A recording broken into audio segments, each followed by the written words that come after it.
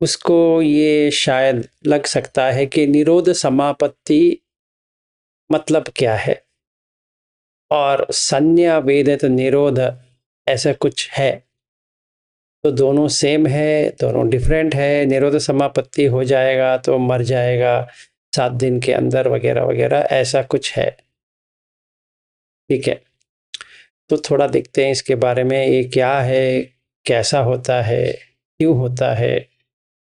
अगर आप लोगों को भी यही क्वेश्चन है कि मैंने ऐसे सुना है कि 7 दिन के अंदर मर जाता है, ऐसा कुछ है, तो पहला ये पता लगाना सही होगा कि सुत्त में नहीं है, ये मिलिंद पन्हा में है। तो जिन्होंने कमेंट्री पढ़ा है विशुद्धिमग्ग या बुद्ध घोष का जो कमेंट्री फॉलो करते हैं, चाहे वो श्रीलंकन हो या बर्मीज हो या थाई हो या कौन सा भी हो, अगर वो प्योरली इसमें जाएंगे विशुद्धि मग्ग में, तो उसमें क्योंकि मिलिंद पन्हा में एक क्वेश्चन आता है, अगर जिन्होंने मिलिंद पन्हा पढ़ा है, वो मिलिंद का जो क्वेश्चंस है वो नागसेना कहते हैं कि एक प्रश्न पूछते हैं मिलिंद। मिलिंद ऐसा मैंने समझा है कि जब निरोध समापत्ति होती है वो दो ही चीज कर सकते हैं, एक है परिनिब्बाण हो जाएगा या दूसरा ये चीवर धारण कर लेंगे। तो जिन्होंने प्रश्न पूछा है वो समझते हैं कि 7 दिन के अंदर रविंद्र जी चीवर धारण कर लेंगे और पर्यटन में निकल जाएंगे या मर जाएंगे। इनका ये क्वेश्चन है, सही क्वेश्चन है। ऐसा नहीं कि क्वेश्चन नहीं आना चाहिए, आना चाहिए, पर थोड़ा हमें समझना भी चाहिए कि हम कौन सी स्थिति पे है। हम अरहत की स्थिति में नहीं है, हम अनागामी की स्थिति में है। तो अनागामी का मतलब होता है जिसने सिक्खा का लास्ट पोर्शन पे आ गया है। तो सिक्खा में 3 पोर्शन है। सोतापन्न स्टार्टिंग सेक्शन स्टार्ट किया है, मतलब स्कूलिंग शुरू किया है। मिडिल सेक्शन या मिडिल स्कूल का हो, ये होता है सखदागामी। और जो ग्रेजुएशन तक आया है उसको कह दो कि ये अनागामी है। ठीक है, जो कोई भी अनागामी पोजीशन पे आता है उसको निरोध समापत्ति होता है। सिंपल है, उसका लक्षण ही वो है कि बहुत नजदीक आ गया है अरहत के पास। हमें पहले ये समझना चाहिए कि 10 संयोजन है। 10 संयोजन में 3 संयोजन जो होता है वो सोतापत्ति फल पे ही चला जाएगा, तो रह गया 7। 7 में से सिर्फ कामछंद व्यापात चला गया है, तो इसीलिए वो अनागामी बन जाता है। और बाकी 5 जो बड़े हैं वो अरहत पे जाएगा। अगर कोई ये पागलपन रखे कि ये चीवर धारण कर लेंगे या मर जाएंगे, वो शायद धम्म को सही तरह से समझा नहीं है या उनको गलत फहमी हो गई कि ऐसा होता है। शायद मुझे पता भी नहीं है कि अपने ग्रुप में कितने लोगों को ये शंका है या इन्होंने ऐसा सुना है, किसी से सुना है। मैं ये कहता हूं कि सुनी गुजनी बात को छोड़िए और मैदान में उतरिए। ठीक है, और अगर आपको रविंद्र के बारे में डाउट है, आप उन्हीं को फोन करके पूछिए। आप जिसके ऊपर डाउट है उसी के ऊपर उसी को फोन करना है, क्योंकि आपको उससे पूछना है ना। और अगर आप मुझसे पूछते हो तो भी ठीक है, आप हमारे ग्रुप में किसी और को पूछते हो तो उनको तो पता नहीं है, ये क्या है करके भी पता नहीं है। वो बाद में वो एक्सप्लेन कर सकते हैं कि क्या है। अगर वो पता ही नहीं है तो वो बेचारे क्या समझाएंगे, और वो भी कंफ्यूज रहेंगे तो आप तो कंफ्यूज रहेंगे ही। जिसने पूछा है वो तो कंफ्यूजन में है, और जिसको पूछा है वो भी कंफ्यूजन में है। तो मुझे लगता है जो कोई भी व्यक्ति पीछे बैठ के बात करने से अच्छा है जो क्वेश्चन है वो उन्हीं को डायरेक्टली पूछ ले। ठीक है। तो फिर भी मैंने सोचा कि मंगल के लिए, सबके मंगल के लिए क्लैरिफाई करूं ये क्या होता है। अगर आपके मन में भी ऐसा कोई पागलपन का ख्याल है तो पागलपन निकल जाएगा तो अच्छा है, नहीं तो वो एक बाधा बन जाएगा। किसी की इच्छा जो निवरण है वो आ जाएगा। तो पहली बात यह है, कोई भी साधक कोई भी हो, ऐसा नहीं कि हमारे ग्रुप में है या किसी ग्रुप में है, कहीं से भी हो, चाहे वो बर्मीज ट्रेडिशन में है, श्रीलंकन में है, इंडियन में है, बांग्लादेशी में है, थाई में है, या कौन सा भी है, कौन सा राष्ट्र से है, वेस्टर्न है, ईस्टर्न है, सदर्न है, नॉर्दर्न है, जब तक वो मनुष्य है और वो धम्म के मार्ग में है उसको ध्यान करना ही पड़ेगा। सिंपल है। बिना ध्यान किए कोई भी अनागामी तक पहुंच ही नहीं सकेगा। अगर मेरी बात आपको यकीन नहीं आती है, जिनको वीआरआई बहुत नज़दीक से जानते हो, कोई असिस्टेंट टीचर बहुत ही आपका फ्रेंड है, उनसे कहो, उनका एक बुक है जो असिस्टेंट टीचर के लिए है और जो गोयंका जी कहते हैं वो थोड़ा पढ़ो। अगर आप गोयंका की क्या कहते हैं कि उनको फॉलो करते हो तो कोई प्रॉब्लम नहीं है। तो वो जो लिखा है, कहा है असिस्टेंट टीचर को, वो थोड़ा आप समझो। वो हिंदी में ही है ना, वो इंग्लिश में है। ठीक है, वो हिंदी में ही बात किया है। अगर आपको तकलीफ हो रही है तो उसको आप मराठी में ट्रांसलेट करके देख लो, तो आपका शंका चला जाएगा। तो ये समझ लो, जो गोयंका जी का टेक्निक है अगर आप सही तरह से करोगे तो सोतापन्न तक पहुंच जाओगे, उसके आगे नहीं पहुंचोगे। चाहे आप कितना भी ट्राई कर लो, उससे आगे नहीं पहुंच सकते, ये समझ लो। अगर आप पहुंच भी गए तो सोतापत्ति फल तक पहुंचोगे, इसके आगे नहीं पहुंचोगे। तो इसीलिए पागलपन छोड़ दो कि इससे पूरा हो जाएगा और हमें बुद्ध धम्म में देखना ही नहीं है, इतना ही धम्म है। और हम अपने मनमानी में जो हमें मन में आती है कि ये ऐसा होता है, वैसा होता है, वैसा ही वहम में हम रहेंगे। वो आपकी प्रॉब्लम है, पर किसी के ऊपर आरोप मत डालो, क्योंकि आपका जो प्रोग्रेस है वो रुक जाती है। अगर फिर भी आपसे पूछना है तो आप रविंद्र जी से स्ट्रेट फोन करो या उनको मैसेज करो, मुझे आपके ऊपर डाउट हो रहा है तो आप मुझे समझाओ ये कैसा होता है। ठीक है, ये पहली चीज है। दूसरी, समझो मुझे आगे जाना है तो आपको ध्यान के बिना आप जा नहीं सकते, और ध्यान में जाने के लिए पहला चीज आपको 8 लोकीय धम्म से पार करना पड़ेगा। ये अगर पार नहीं किया, चाहे आप कितना भी करो, फर्स्ट ध्यान सेकंड ध्यान करके आप जितना भी पढ़ो, आपको एक भी ध्यान का एक्सपीरियंस नहीं होने वाला।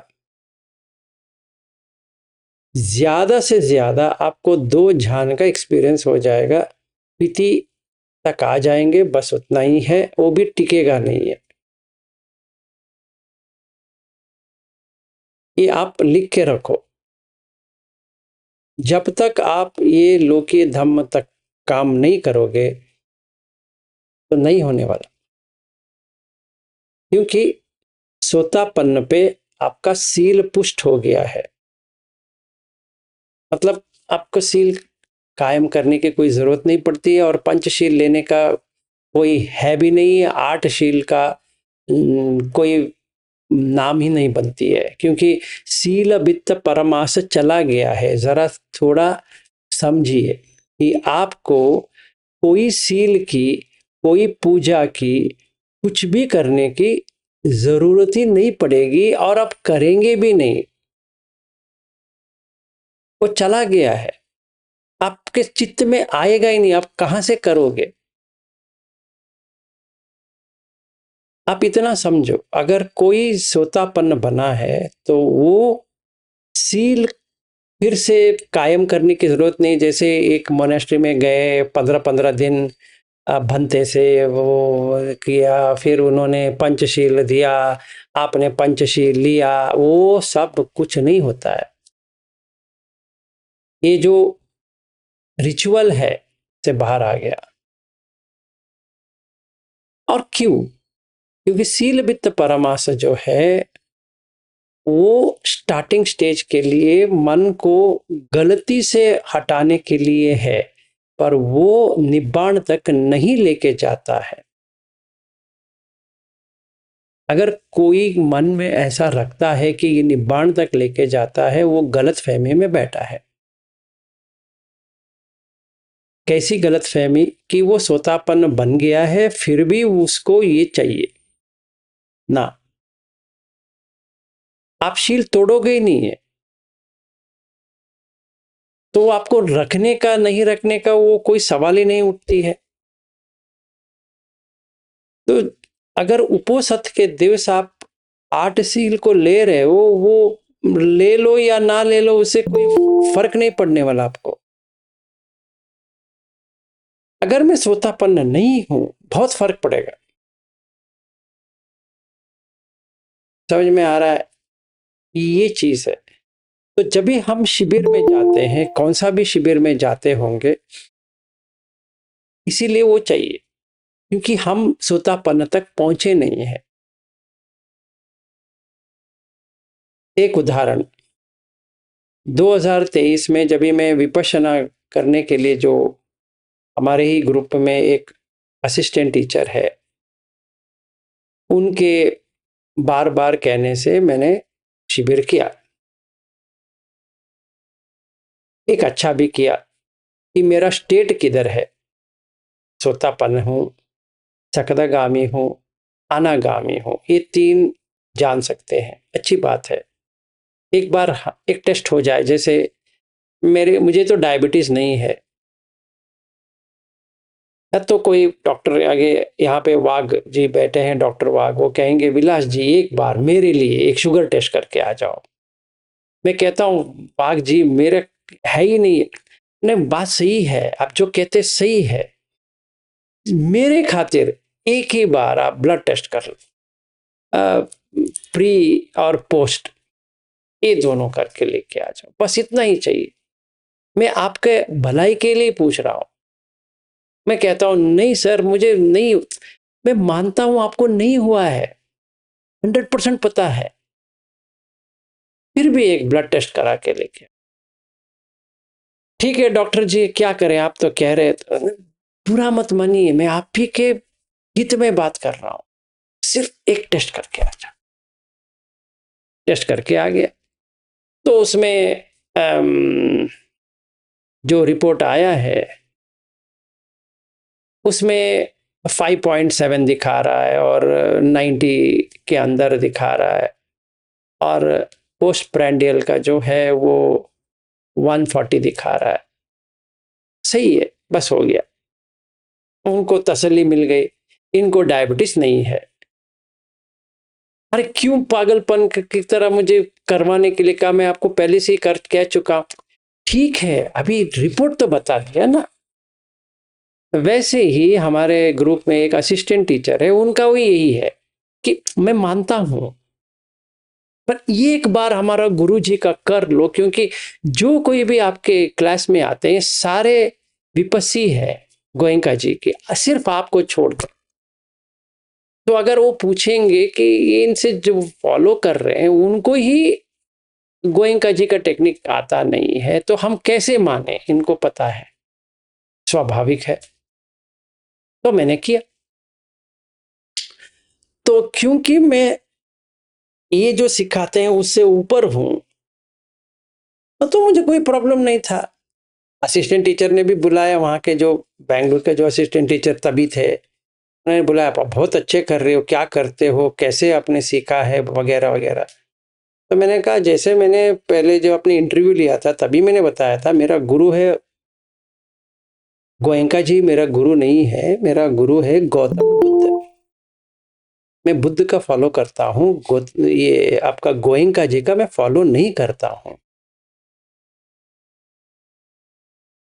तो चुप बैठ गए, क्योंकि गोयनका जी भी बुद्ध का ही फॉलो करना चाहिए एक्चुअली में। तो वो आर्ग्यू नहीं कर पाए। तो मैंने कहा, देखिए ये सुत्त में ऐसा है, आप ऐसा प्रैक्टिस करेंगे तो ये ऐसा होता है। अच्छा, हम लोगों को सुत्त पढ़ना नहीं है, फिर भी मैं प्राइवेटली पढ़ता हूँ। मैंने कहा ठीक है, प्राइवेटली पढ़ो, समझने की कोशिश करो, पर ऐसा होता है, ठीक है।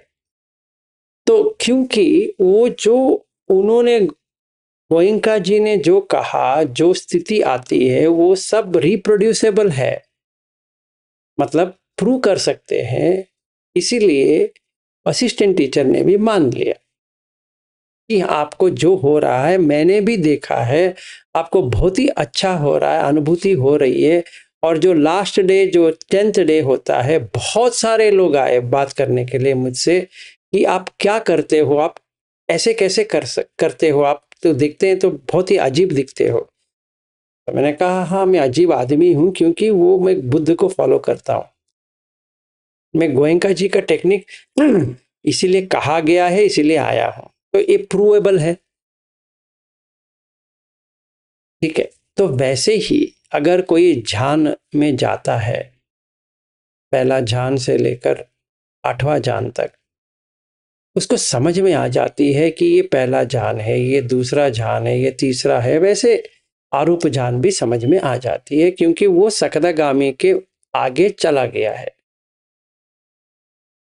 तो जब तक हम सकदागामी के मतलब अनुगामी बनेंगे, पहले मतलब वो रास्ते में है, तो अनुगामी से मतलब सकदागामी पहुंचेंगे, तभी हमें समझ में आती है कि ये 8 ध्यान क्या होता है। उससे पहले जितना पढ़ना है, समझना है, वो कर सकते हैं, पर हमें एक्सपीरियंस नहीं हुआ है ध्यान का, ये आप मान के चलो।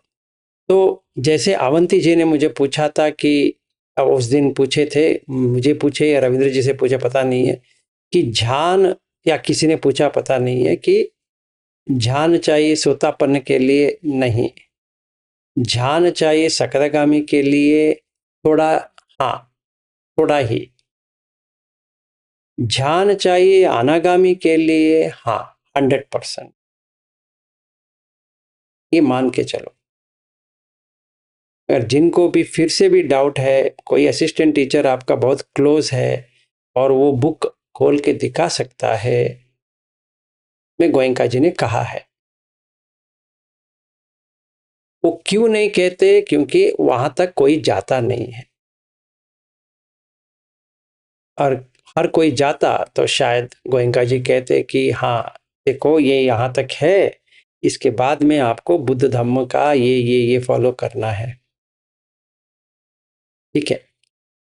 फिर अभी आता है अपना जो रविंद्र जी ने जो कायम किया है, ये क्या होता है, ठीक है। इसका सुत्त का रेफरेंस है मध्यम निकाय में 43 एंड 44। एक है चूल वेदल सुत्त, दूसरा है महावेदल सुत्त।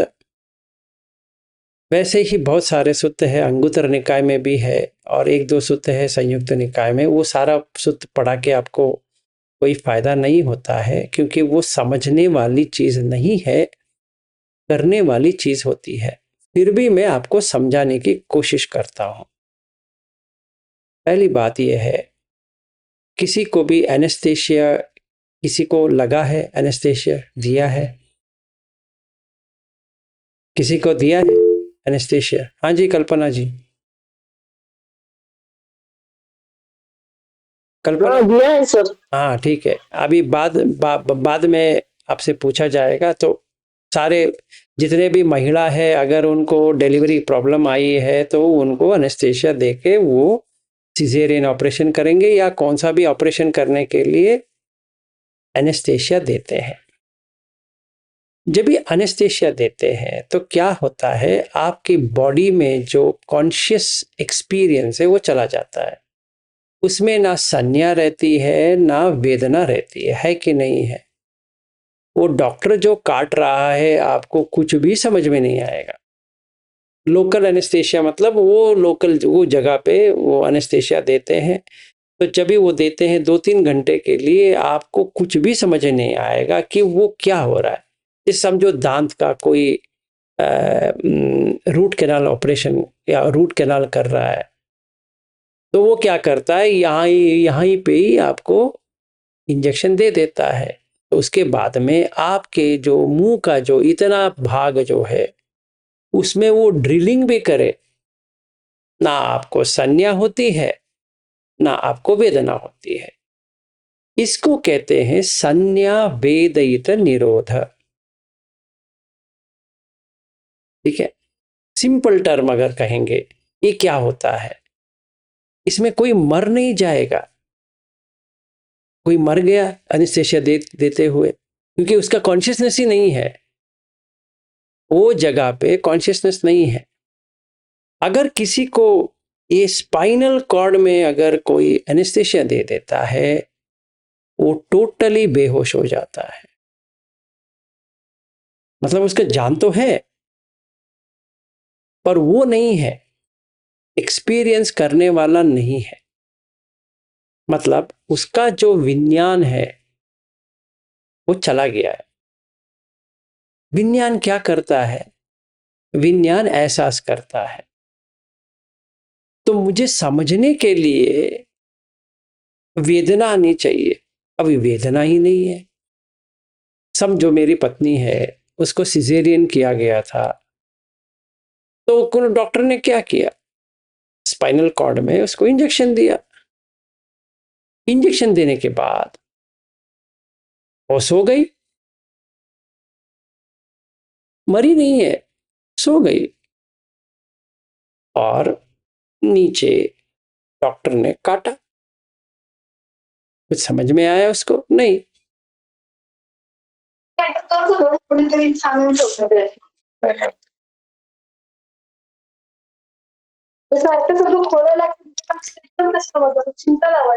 अरे किती चिमटे लावणार, 5 पॅकेटचे, आता हा ये लोग ओपन केला. समझते नहीं है।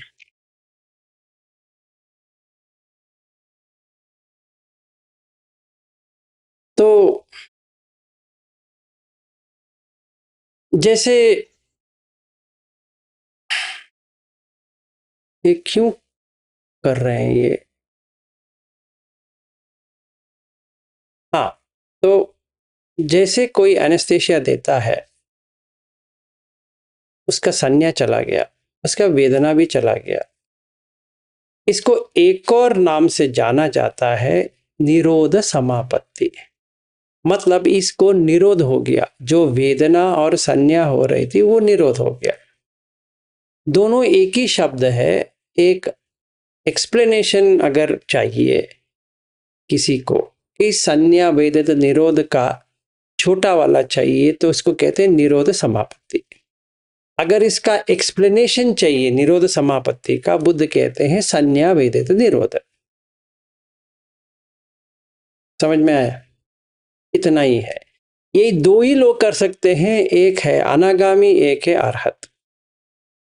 बाकी लोग तो नहीं कर सकते, चाहे वो बुद्ध धम्म में ही है, सोतापन है, नहीं हो सकता है, सकदगामी है, नहीं हो सकता है, अनागामी है तो हो सकता है, अरहत है तो होता ही है। ठीक है। दूसरी चीज आती है कि हाँ, ये तो निरोध समापत्ति हो गया, ये अरहत हो गया। नहीं, नहीं हुआ है। क्योंकि इसके बाद में अगर रविंद्र जी का 4 महीने का अगर पकड़ के चलते हैं, इसमें बहुत सारा बॉडीली चेंजेस भी आता है और मेंटल चेंजेस भी आता है, वो अभी तक नहीं आया है। वो आने के बाद भी वो अनागामी ही रहेंगे। ठीक है, वो कुछ नहीं बदलेंगे। तो आप बेफिक्र रहिए कि अरहत नहीं बन गए, या आपको टेंशन नहीं होना चाहिए कि अरहत बन गए तो हमारा ये रविंद्र जी मर गए तो क्या करेंगे। वो उनकी फैमिली देखभाल करेगी, आपको चिंता करने की जरूरत नहीं है। ठीक है, अगर आपको कंधा देना है तो जा सकते हैं उनके घर, पर अदरवाइज आपको चिंता करने की जरूरत नहीं है कि मर गए तो क्या करेंगे। कुछ नहीं कर सकते, इनको जो क्रीमेटोरियम है वहां पे डालना पड़ेगा बस। नहीं तो आप अपने घर लेके जाइए, उनको आप जहां रखना है रख लीजिए, बस इतना ही कर सकते हैं। अगर ऐसा होता, ऐसा कभी नहीं होता है।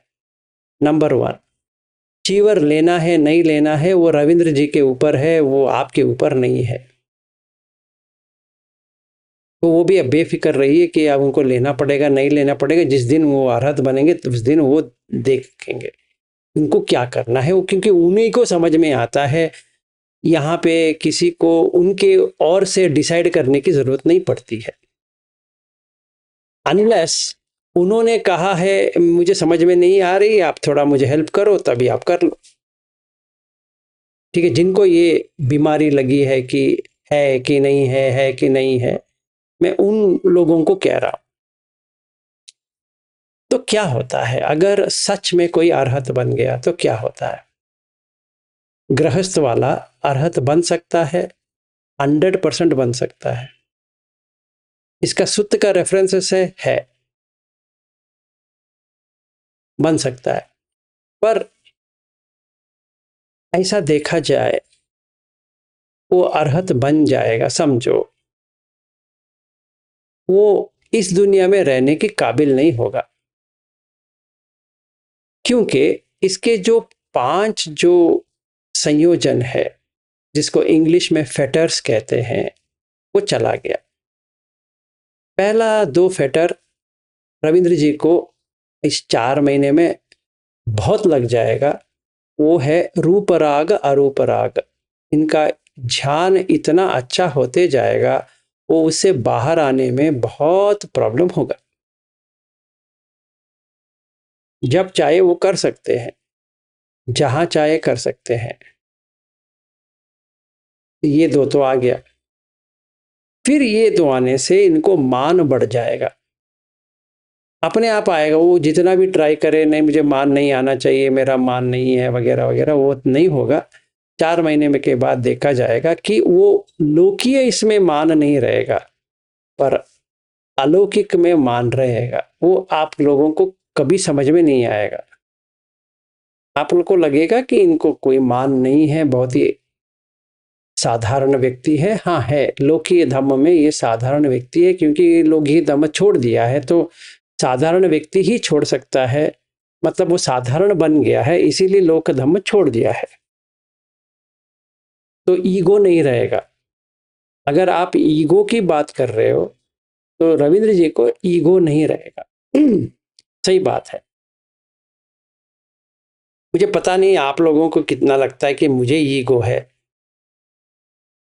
अगर किसी को लगता है कि मुझे ईगो है, तो अभी मैं कुछ उत्तर नहीं दे सकता कि है, तो अभी मैं कुछ उत्तर नहीं दे सकता, नहीं है तो भी इसका कुछ उत्तर नहीं है। तो आप लोगों से ही पूछना पड़ेगा, जिन्होंने मेरे घर आके इंटरेक्ट किया है, कि ईगो है कि नहीं है। तो आप लोग ही बता सकते हो।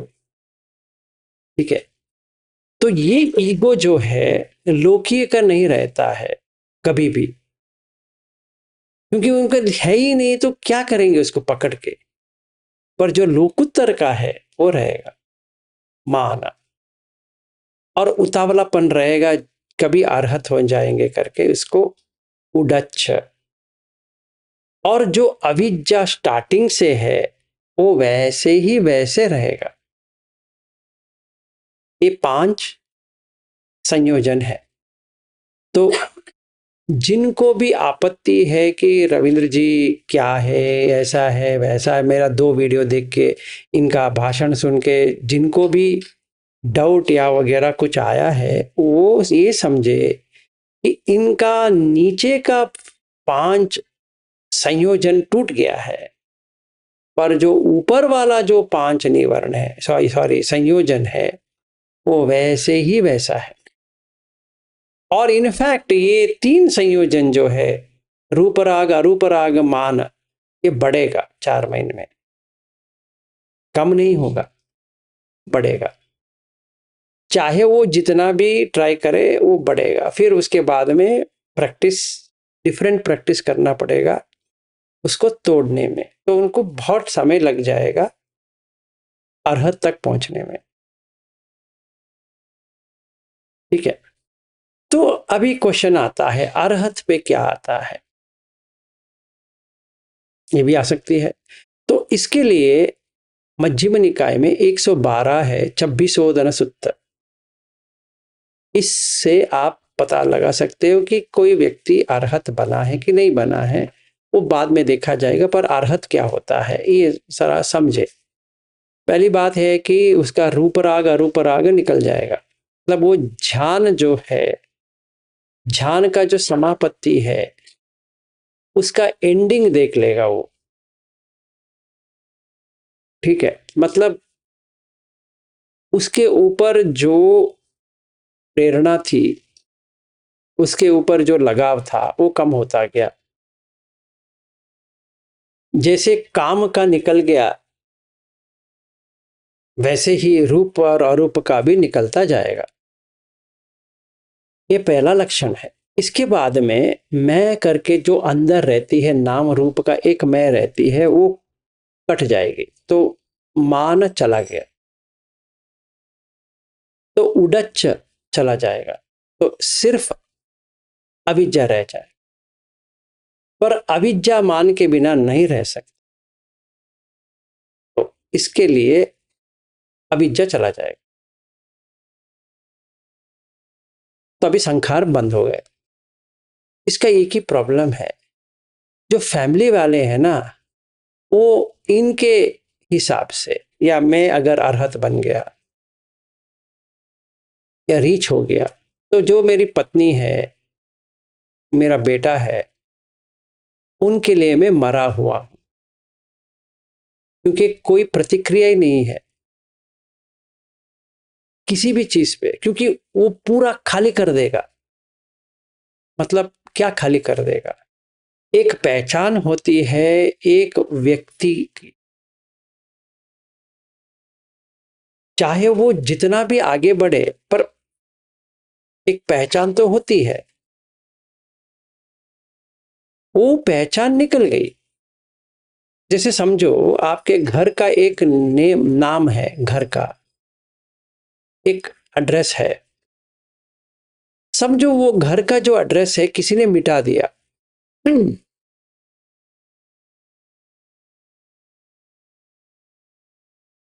तो अगर समझो आपका कोई नाम ही नहीं है, तो आप किसको क्या संबोधन करेंगे? तो इसको कहते हैं कोमा। आप ऐसे समझो कोई कोमा का व्यक्ति है, वो पूरा जिंदा है, घूम रहा है, जा रहा है, कुछ भी कर रहा है, पर व्यक्तित्व नहीं है। ये मतलब नहीं कि वो याद नहीं है, उसको याद है, पर वो उलझा नहीं है। ये लोकीय धम्म में क्या होता है कि आप प्रतिक्रिया करने की वो इंतजार कर रहे हैं, फाइटिंग के लिए नहीं, नॉर्मल प्रतिक्रिया। आप अभी खाना खाएंगे, खाना नहीं खाएंगे,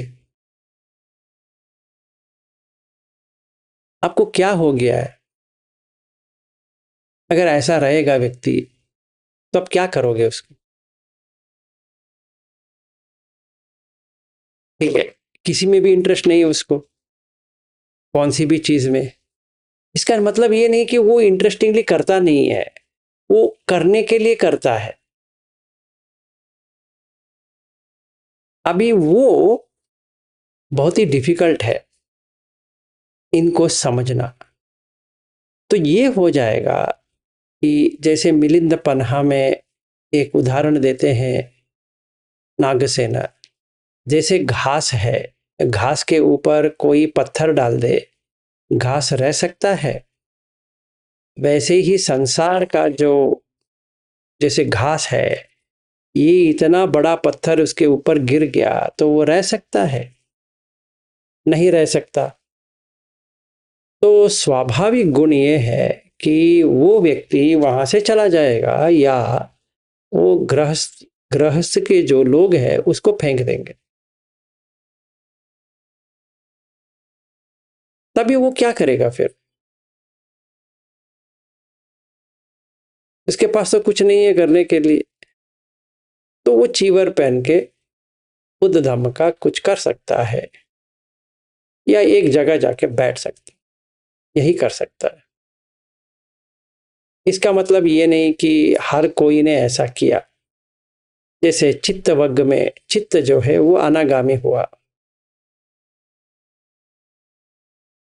और बहुत सारे सुत्त है ये गृहस्थ लोगों के लिए जहां अर्हत तक पहुंचे, पर सुत्त में ये नहीं दिया गया है कि वो पहुंचने के बाद क्या किए।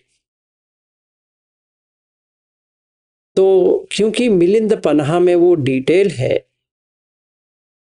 तो कमेंट्री में ये डाला गया कि यही दो चीज होती है। एक अर्हत बनने के बाद वो चीवर ले लेता है, या 7 दिन के अंदर मर जाता है। ठीक है। तो अभी जिनको भी रविंद्र जी का आपत्ति है, शायद उनको ये उत्तर सुन के समझ में आ गया होगा कि रविंद्र जी वहां तक पहुंचे नहीं है कि वो अभी डिसाइड करे या आपको फ़ोन करे मुझे ऐसा हो रहा है, मैं चीवर लूं या मर जाऊं करके।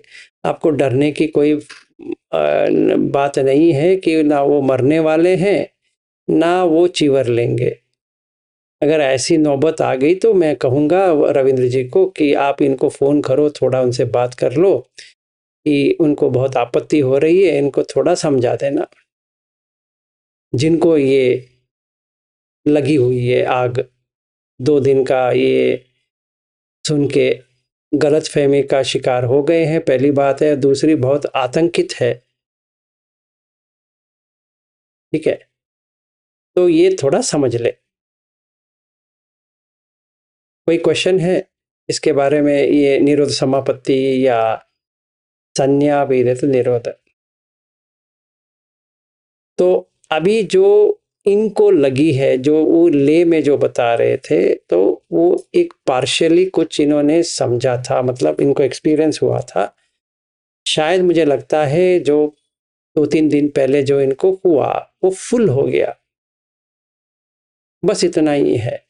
तो जब भी वापस आता है उसको समझ में आता है कि कुछ हुआ है। क्या हुआ है वो कह नहीं पाएंगे, कोई भी कह नहीं पाएगा कि क्या हुआ, क्योंकि वो व्यक्ति ही नहीं है तो क्या कह पाएगा।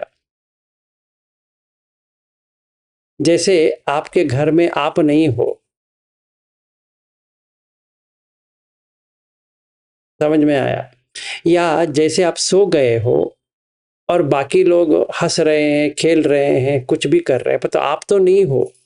तो उठने के बाद आप इतना ही कह सकते हो, पता नहीं मैं सो गया, उसके बाद में क्या हुआ पता नहीं है।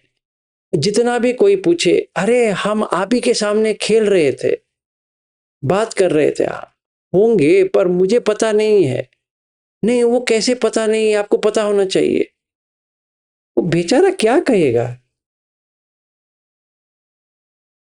तो ऐसा होता है। क्योंकि ये क्वेश्चन आया था, बहुत ही अच्छा क्वेश्चन है, पर उतना टेंशन लेने की ज़रूरत नहीं है कि वो मर जाएगा 7 दिन में, ये हो जाएगा वो हो जाएगा। और अनागामी स्टेज में तो होता ही नहीं है, बहुत दूर है। आप जो सोच रहे हो ये अपना रविंद्र जी हो या मैं हूँ या कोई भी हो, ये स्थिति जब भी पहुँचते हैं उनको समझ में आ जाएगा, अरहत तो यहाँ से बहुत कोसों दूर है। ये ऐसा नहीं कि ये मिल गया तो कल हम अरहत बन गए, ये बहुत दूर है। सोतापन्न बनना बहुत आसान है, सकदगामी भी बन सकते हो, अनागामी ठीक है, अरहत खेल नहीं है। तो ये गलत फहमी में रहना थोड़ा बंद कर लीजिए और इसके बदले में आप प्रैक्टिस करो, 8 ध्यान कैसे कर सकते हो। बाकी आप ही को समझ में आ जाएगा कि क्या हो रहा है। मुझे लगता है यहाँ पे जितने भी लोग बैठे हैं, एक व्यक्ति ने भी सही तरह से 8 ध्यान नहीं किया है। अश्विन जी कर रहे हैं, वो मुझे पता है, पर उनको छोड़ के मैंने आज तक किसी से सुना नहीं है कि कैसे 8 ध्यान कर रहे हैं और क्या क्या उन्होंने पाया है। ठीक है, तो पहला वो तो करो, इसके बिना आगे बढ़ नहीं सकते, इम्पॉसिबल है। वही वही करते रहोगे, जैसे आप गोयंका जी का करते हो वही करते रहोगे, बस उतना ही है, इससे आगे नहीं होता है। आपको बुद्ध धम्म में आना ही पड़ेगा, शुद्ध को समझ के करना ही पड़ेगा। आप जितना भी ट्राई करो उसके बिना करने की, पढ़ने की, लिखने की, आप कंप्यूटर में लिखो, कहीं पर भी लिखो, आपके दिल में ही लिखो, नहीं होने वाला। तो ये करने की आप कोशिश भी करो और सफल हो जाओगे, क्योंकि आप बहुत शिविर भी किया है, वो काफी होता है। आगे बढ़ो, ठीक है। दूसरा क्वेश्चन,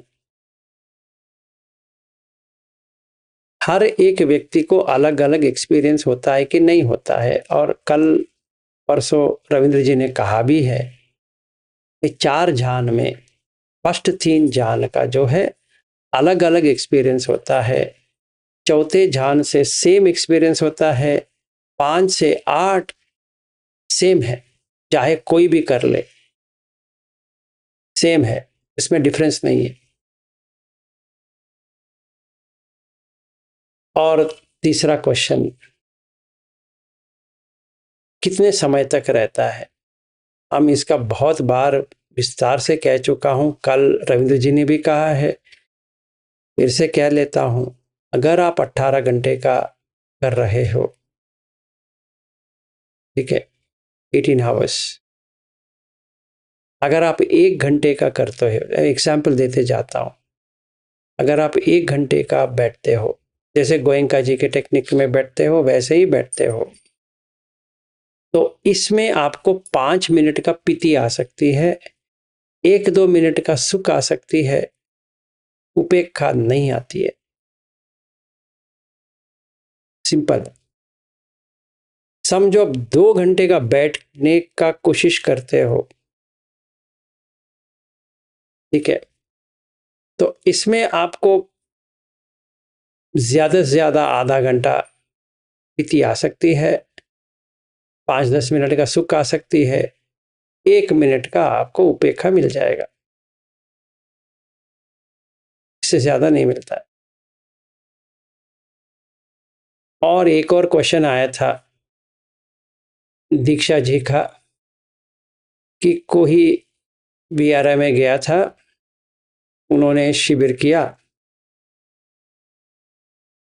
उनको पहले पाइल्स था 1990 में, फिर अभी उसको पाइल्स ओपन अप हो गया, और असिस्टेंट टीचर ने कहा संखार भर भर के आ रहे हैं तो ब्लीडिंग हो रहा है उनका, उनको ट्रीटमेंट नहीं दिया गया, उनको संखार आ रहा है करके बिठा दिया। मैं आपको रिक्वेस्ट करता हूँ, कोई भी हमारे यहाँ पे जितने भी लोग हैं या कहीं पर भी है, ऐसा पागलपन मत करो। अगर आपको दिल का हार्ट चेस्ट पेन आता है, या नीचे से कुछ हो रहा है, या कहीं पर भी कुछ हो रहा है, आप डॉक्टर का सलाह ले लो, किसी असिस्टेंट टीचर का। ये जो संखार आ रहे हैं भर भर के आता है, वो स्टोरी को ज्यादा मत लो, क्योंकि कोई भी सुत्त में ऐसा नहीं है। बुद्ध कहते हैं संखार क्या होता है। संखार जो होता है, जो हम इंटेंशन से देखते हैं, सुनते हैं वगैरह, वो संखार होता है। कोई बॉडी से संखार नहीं आता है। कृपया ऐसा पागलपन मत करो। मैंने दीक्षा जी को कहा कहीं पर भी ऐसा नहीं है, कौन सा भी सूत्र में नहीं है, और इवन एक कमेंट्री में भी नहीं है। ये चीज आप कोई कर रहा है, कमेंट्री में भी नहीं है।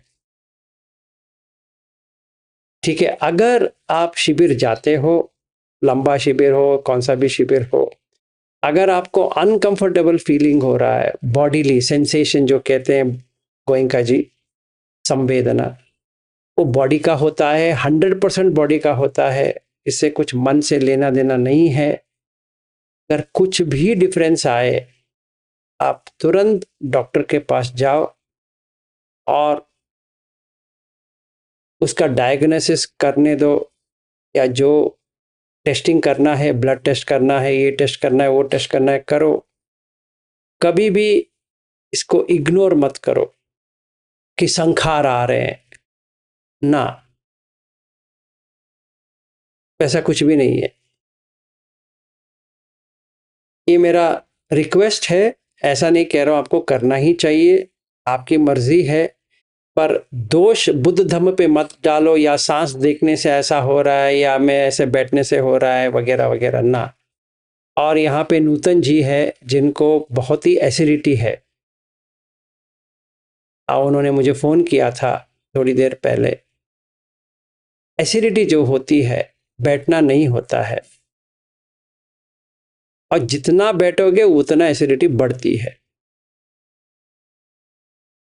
ठीक है, और जिसको ये सुत्त का, आप बताओ किधर है, तो सीवक सुत्त है, जहां पे बुद्ध क्लैरिफाई करते हैं कौन सा कर्म से होता है और कौन सा कर्म से नहीं होता है। जैसे यहाँ पे मोनिका जी आई है नागपुर से, उनको खांसी है, उनको दवा देना चाहिए या ये कहना चाहिए मोनिका जी अच्छा हुआ आपको खांसी है, भर भर के संखार आ रहे हैं, जितना भरना है भर लो, सब निकल जाएंगे, वो भी निकल जाएगी।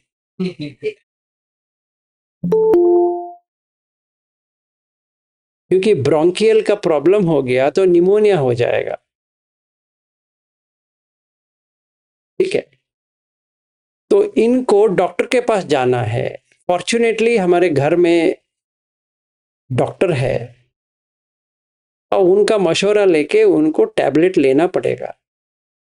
ऐसा नहीं कहना पड़ेगा डॉक्टर जी मैं यहाँ आई हूं ना ये धम्म सीखने के लिए, भर भर के आ रहा है, ट्रेन से ही भरा दिया, अभी ये भर भर के मैं कर रही, खांस रही हूँ, खांसी आ रही ना, बहुत ही अच्छा है। तो बुद्ध कहते हैं कि जो टेम्परेचर से, जो मतलब ऊतु से जो परिणाम होके आता है, वो कर्म से नहीं है,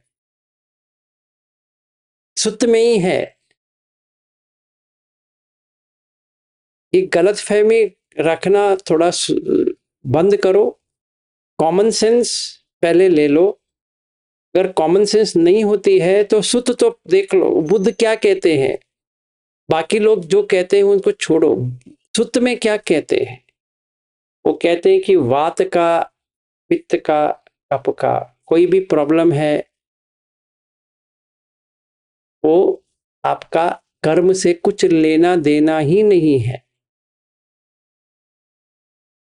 दूसरी चीज, जिन्होंने गिरिमानंद सुत्त पढ़ा है उनमें से 49 डिसीजेस देते हैं बुद्ध,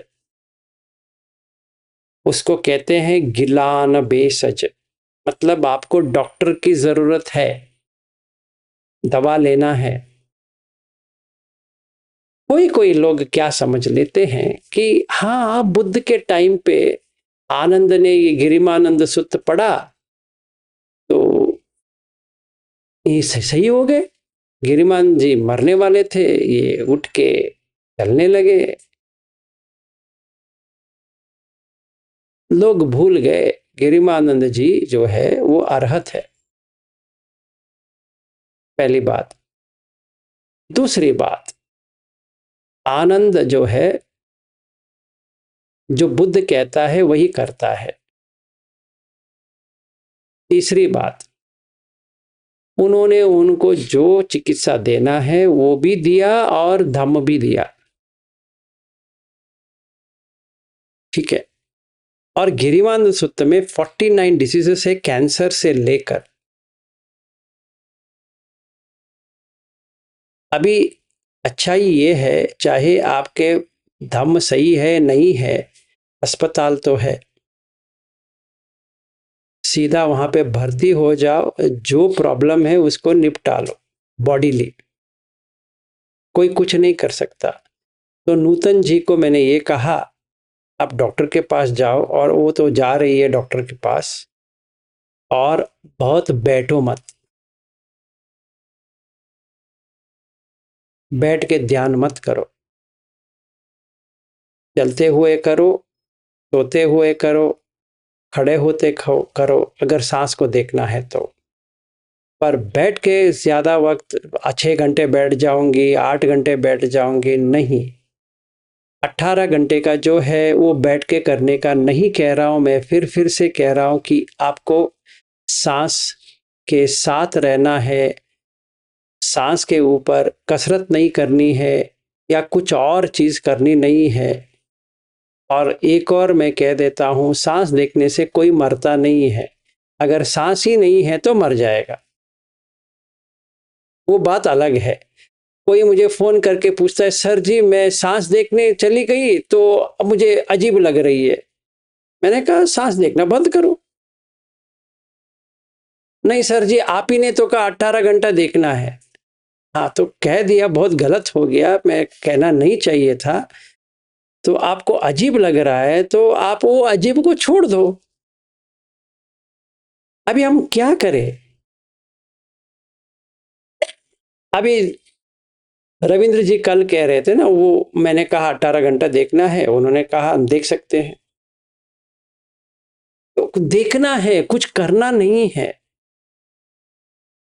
अगर आप देखने के लिए, अभी आप मुझे देख रहे हो, को कोई कहता है कि किसी को देखने से आप मर जाओगे, आप क्या, तो क्या कहते हैं बताओ? हम सारे लोग आंख से देख रहे हैं, आपका बच्चे को देख रहे हो या बूढ़े को देख रहे हो या किसी को भी देख रहे हो, कोई मर गया है देखते देखते? हाँ, जब भी उसका मरण आता है तो मर जाएगा, देखते देखते ही मर जाएगा।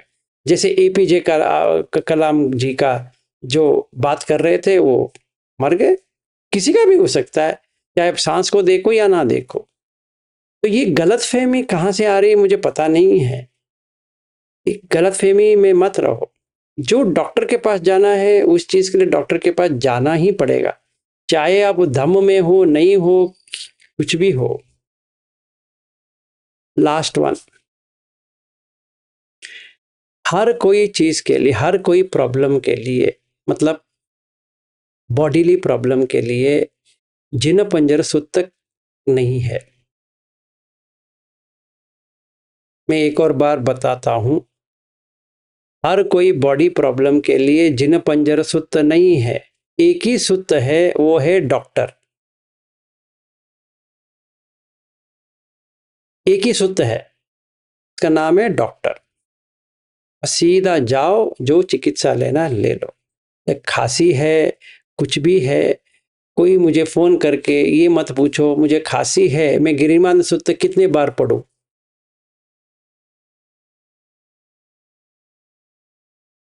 वो गिरिमानंद सूत्र उसके लिए नहीं है। गिरिमानंद सूत्र, सॉरी गिरिमानंद सूत्र नहीं, ये अपना जिनपुंजर सूत्र उसके लिए नहीं है। गिरिमानंद सूत्र आप पढ़ने से आपका कोई भी डिसीजेस नहीं जाएगा।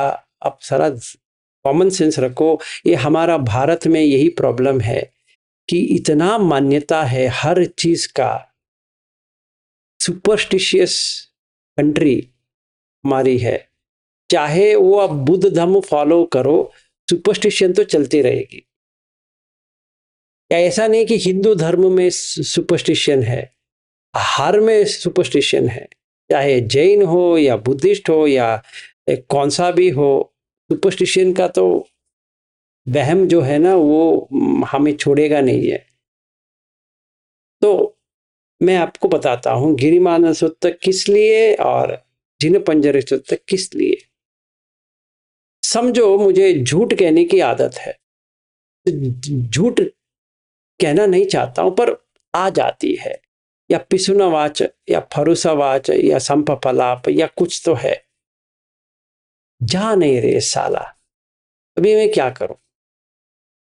तभी मुझे जिन पंजर चाहिए, क्योंकि उसमें कहता है कि आपके माथे के ऊपर बुद्ध है, आंख में दम है, बॉडी संग है। तो ऐसा करते करते करते एक डर सा शुरू होता है, उससे कहते हैं हिरी, वो आना शुरू होता है, मतलब गलती करने का डर। और उत्तप्प का मतलब है गलती करने का शर्म, क्योंकि अगर बुद्ध देख रहे हैं आपको तो अच्छा है, आप गलती नहीं करोगे, क्योंकि आपको यकीन आ जाएगा कि अरे यार देख रहे हैं अभी क्या करें। इसीलिए हमारे स्टैचूज भी होते हैं, चाहे वो राम का हो या कृष्ण का हो या बुद्ध का हो या महावीर का हो या किसी का भी हो। इसीलिए तो स्टैचू बनती है कि उसको देख के हम स्टॉप हो जाते हैं, अरे यार ये हमें देख रहे हैं। और मंत्र वगैरह वगैरह इसी के लिए तो है कि ये जो हम कर रहे हैं गलत, कोई तो देख रहा है, इसके लिए होता है। तो तभी आप ये सूत्र का पठन कर। अगर आप बहुत ट्राई कर चुके हैं, सील पुष्ट नहीं हो रही है, तो ये आप करो। कौन सा? जिन पंजर। ये मन के लिए है, तन के लिए, बॉडी के लिए नहीं है। आप 100 बार पढ़ लो जिन पंजर सूत्र, आपका जो बॉडी पेन है वो जाएगा नहीं।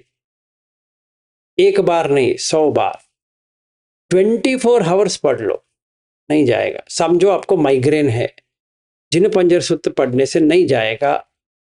आपको कुछ दवा की जरूरत है, या आपने खाना नहीं खाया है सही तरह से, या आप उपवास बैठे हो, या आपने ऐसे अजीब कुछ खा लिया है, या आपको सेंसेस जो है बहुत ही क्या कहते हैं कि वो सेंसिटिव हो गए हैं, इसीलिए आपको ये माइग्रेन आया है।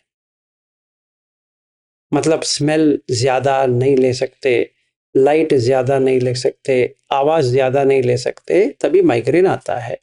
इससे जिन पंजर से कोई लेना देना नहीं है। मैं सर राइट में बैठ के जिन पंजर करूं, लेफ्ट में बैठ के करूं, साउथ में करूं या नॉर्थ में करूं, वो आप जहां पर भी करो वो ही सेम है, नहीं जाने वाला। सर जी मैंने क्या किया था ना, मैंने अपना जो ये फोम का जो कुशन है वो मैंने नॉर्थ साइड में डाल दिया था, अभी मैं साउथ साइड में डाल के जिन पंजर करूंगी तो चलेगा? नहीं चलेगा। ठीक है, इससे आगे मैं कुछ नहीं कह सकता। कृपया मुझे फोन करना बंद कर दो इस छोटी चीज के लिए। मैं नॉर्थ में बैठूं, साउथ में बैठूं, ईस्ट में बैठूं, वेस्ट में बैठूं, खड़े होके बैठूं, सो के बैठूं, वो आपके ऊपर है। ठीक है, खाना खाऊं या ना खाऊं, मैं बहुत बार कह चुका हूं, खाना खा लो। रात को खाना है या सवेरे खाना है, आपकी भूख के ऊपर है। भूख नहीं है तो मत खाओ, भूख है तो खाओ। पर बुद्ध कहते हैं एक ही बार खाना चाहिए, तो वैसे ही करो फिर। मुझे क्यों पूछते हो, बुद्ध को पूछो। पर बनते लोग कहते हैं कि हमें खाना नहीं खाना चाहिए, तो बनते से पूछो। पर आप क्या कहते हो? मैं अभी कहना बंद कर दूंगा। ठीक है, क्योंकि मुझे भी अभी मौन में जाना पड़ेगा। और नूतन जी एक और पूछी थी, मैं 2 महीने का मौन व्रत करना चाहती हूँ। मैंने कहा मन में मौन करो, बाहर जो पूछना है उतना तो करो, क्योंकि आप अस्पताल जाओगे या डॉक्टर से मिलोगी आप मौन रहेंगे तो क्या बताएंगे आपको क्या हुआ है ना। वो सब आप जो करना है करो, मन में मौन रहे। ये बुद्ध का धम्म जो है मन से है। इसीलिए मैं सैकड़ों बार कह चुका हूं, हम लोग बुद्ध का अनुयायी नहीं है, हम महावीर के अनुयायी है, क्योंकि हम सारा फिजिकल ही करते हैं। ये मौन रहना फिजिकल है, काय को दंड देना फिजिकल है, भूख लग रहा है नहीं खाऊंगा फिजिकल है,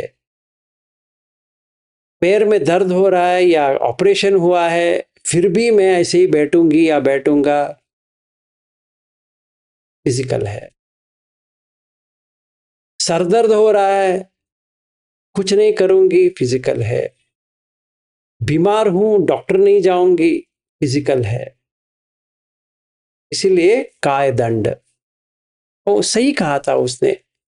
उपाली को यही प्रश्न पूछते हैं बुद्ध, आपके हिसाब में क्या है। वो कहते हैं कि क्योंकि काय दिखाई देती है ये दंड दे सकती है, दंडनीय है ये, तो इसे दंड देते हैं। आप थोड़ा सोचो, आप वही कर रहे हो, हर चीज में वही कर रहे हो। और जो बुद्ध का दम है वो मन से है, काय से नहीं है। बुद्ध का मानना यह है कि मन के आने से पहले काय में नहीं आ सकता। जो कुछ भी है, अच्छा है बुरा है कुछ भी है, वो मन में ही आता है। और महावीर के कहने ये है कि हाँ मन में तो आती है पर तन तक आ जाती है तो तन से हम रोक सकते हैं। महावीर भी सही है। समझो मेरे अभी किसी को मारने की मुझे बहुत चाहत हो रही है, साला क्या बात करता है, मार देता हूं, पर रोक दिया मैंने, रोक दिया ना, तो उतना कर्म तो कम हो गया ना। चाप एक मारना था थप्पड़, तो रोक दिया, इतना गुस्सा आ गया तो हाथ को रोक दिया, तो सही है कि नहीं है। नहीं तो मैं मार देता उसको। गुस्सा आ गया तो कहते हैं पानी पी लो, फिजिकल है कि नहीं। या नंबर काउंट करो, वो भी फिजिकल है। 10 9 8 7 करके जाओ, आपका गुस्सा निकल जाएगा। तो बुद्ध क्या कहते हैं, मनोपुब्बंगमा धम्मा मनो सेट्ठा मनोमया। और महावीर क्या कहते हैं, टोटली विरुद्ध कहते हैं कि अहिंसा परमो धर्मः। मतलब आपको गुस्सा आया, बुरा लगा, कुछ भी हुआ, काय तक लेके आओ, काय को दंड दो, अपने काय को दंड दो, जीवी को हानि मत करो।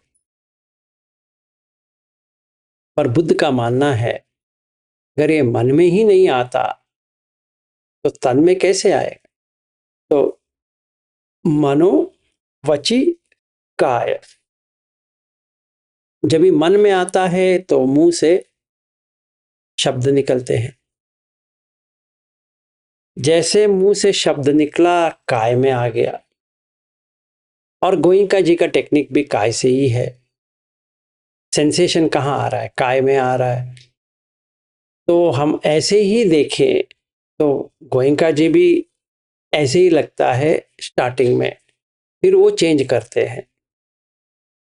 तो पहले मन में आया, फिर वची में आया, फिर तन में आया। तो सेंसेशन कहाँ आ रही है, बॉडी में। तो आप बॉडी सेंसेशन को देखते बैठे हो कि नहीं बैठे हो। हाँ, तो भंग कहाँ हो रहा है, मन में हो रहा है या तन में हो रहा है, तन में हो रहा है। समझ में आया। तो आप इतना समझो कि निरोध का मतलब है कि मन में कुछ भी नहीं है। तो 3 संखार होते हैं, काय संखारो, वची संखारो, मनो संखारो। ये इन लोगों के लिए है जो शिविर जाते हैं। अगर कुछ प्रॉब्लम आती है बॉडी का आप वहीं के वहीं एंड करो, डॉक्टर के पास जाओ। कोई कहता है कि भर भर के संखार आ रहे हैं, मतलब कोई असिस्टेंट टीचर आपको कहता है, तो उनसे जब भी बात करोगे उनको कहो बुद्ध कहते हैं तीन है, काय संखारो, वची संखारो, मनो संखारो। काय संखार अस्सपस्स, इन ब्रेथ आउट ब्रेथ, क्योंकि वो काय से जुड़ी है। वची संखार का मतलब है वितक्क विचार, जो क्या करना चाहिए क्या नहीं करना चाहिए, वो वितर्क संस्कृत में होता है, पाली में वितक्क होता है, मतलब डिबेट करना मन में कि ये कहूं या ये ना कहूं, ऐसा रहूं ऐसा ना रहूं, जो मन में जो बातें चल रही है तो कहते हैं वितक्क, और उसके बारे में विचार चल रहा है क्या करें, ये वची संखार। और तीसरा है मनोसंखारो, का मतलब है वेदना और संज्ञा। वेदना का मतलब है लगता है, संज्ञा का मतलब है पहचान। तो अगर कोई असिस्टेंट टीचर आपसे ये कहे संखार भर भर भर भर के आ रहे हैं, उनको कहो भर भर के नहीं आ रहे सर, इसमें तीन ही बुद्ध कहते हैं, इसमें कौन सा भर के आ रहा है।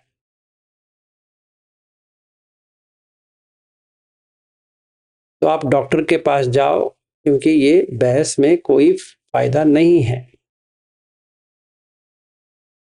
ठीक है, कोई चाहे वो तीसरा दिन हो या 30 दिन हो या 60 दिन का ही प्रोग्राम हो, अगर आपको एसिडिटी बढ़ गई है या कुछ उल्टी हो रही है या कुछ हो रहा है, वो संखार नहीं है, इतना ही संखार है, इसके अलावा कोई संखार नहीं होता है। काय संखारो, वची संखारो, मनो संखारो, ये कहाँ पे है, चूल वेदल सूत्र में ब्यूटीफुल एक्सप्लेनेशन है, जिसको भी डाउट है पढ़ ले। और महावेदल सूत्र में भी है,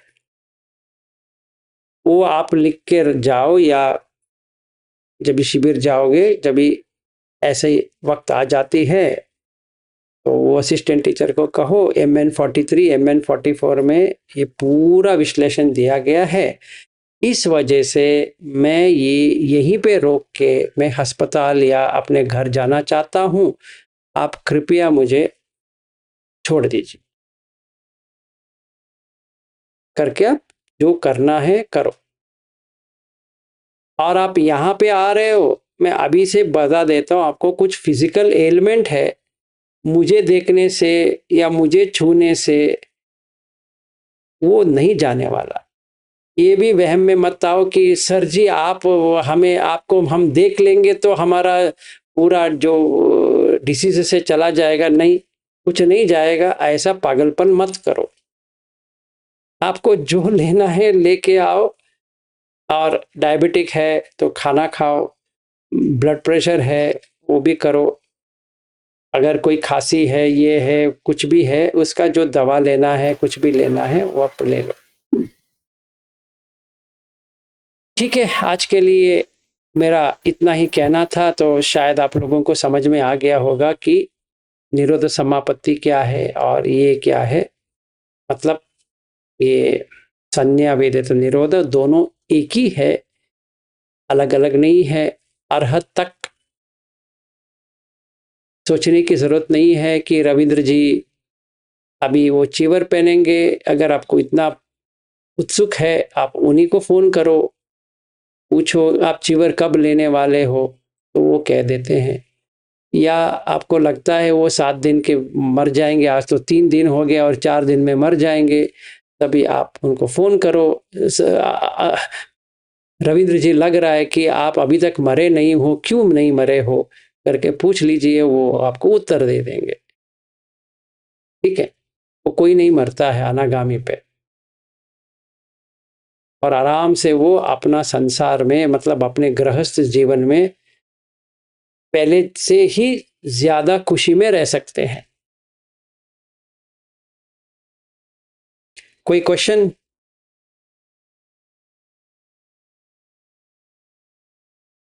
हाँ जी।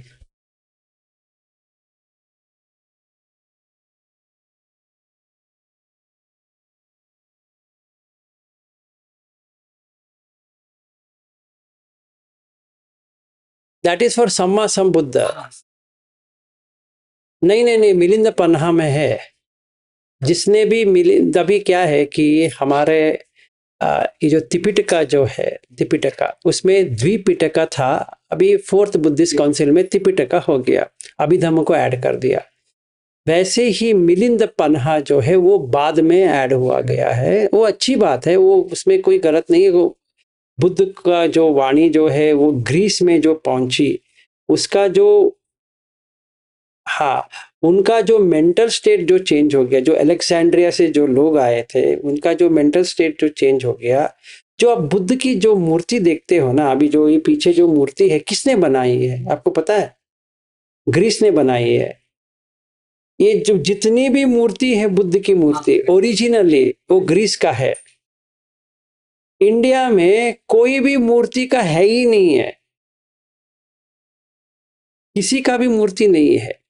तो अभी क्या हुआ, जब ये गुप्ता का जो एम्पायर आया, तो बुद्ध का जो बहुत पॉपुलर हो गया था, तो उसको काटने के लिए गुप्ता एम्पायर में, जब ये गुप्ता का आया था, तो उस टाइम पे हर एक हिंदू का जो बुक से लेकर एक मूर्ति बनाना शुरू कर दिया कि हमारा भी मूर्ति रहे, क्योंकि वेदांत में कोई मूर्ति पूजन है ही नहीं है।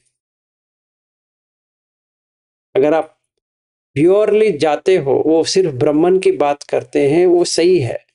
क्योंकि मूर्ति अगर आती है तो वो पूरा फालूदा हो जाती है या भेलपुरी हो जाती है, क्योंकि आपका नजर सिर्फ वो मूर्ति पे जाएगा। अभी देखिए, गणेश का मूर्ति है, शिव का मूर्ति है, पार्वती का मूर्ति है, वो सुब्रमण्य का या वो कार्तिकेय का मूर्ति है, फिर विष्णु का मूर्ति है, राम का मूर्ति, ये सब मूर्ति मूर्ति मूर्ति, मतलब उसका स्टोरी भी बनाना पड़ेगा। तो गुप्ता जो डायनेस्टी आया, वहां पे ये पुराण का शुरुआत हुआ, पुराण करके। क्योंकि अगर आप उपनिषद पढ़ोगे उसमें कोई पुराण है ही नहीं है, उसमें ना कोई स्मृति, स्मृति और श्रुति जो है, श्रुति में एक भी ऐसा नहीं है कि जहां पे आप ये कह सकते हो कि राम ऐसा था या दशरथ ऐसा था, ये ऐसा था, वो वैसा था, कुछ है ही नहीं है, कहीं पर भी नहीं है। तो जो उपनिषद पढ़ता है वो सीधा स्ट्रेट पाथ है वो। तो शंकराचार्य ने जो किया, उन्होंने दशोपनिषद मतलब 10 उपनिषद को जोड़ के आप इतना ही करो, फिर जो भगवत गीता था उसको ऐड कर दिया और ब्रह्म सूत्र को ऐड करके उन्होंने प्रस्थान त्रय करके बना के दे दिया। पर गुप्ता पीरियड में क्या हुआ, इन्होंने बहुत सारा पूजा विधि वगैरह वगैरह वो पूरा शंकराचार्य के ऊपर ऐड कर दिया। अभी ये हो गया, ये 140 एडी का मैं बात कर रहा हूँ, जब भी गुप्ता डायनेस्टी शुरू होता है। तो वहां से ये डेवलपमेंट होता गया। तो ये जो पूजा का जो विधि है, पूजा इटसेल्फ केम इन गुप्ता डायनेस्टी। तभी कोई पूजा वूजा कुछ भी नहीं था, क्योंकि ये बुद्ध का मूर्ति जो बन के यहाँ पे आया था ग्रीस से, वो पहली बार हमें समझ में आया बुद्ध कैसा दिखता था।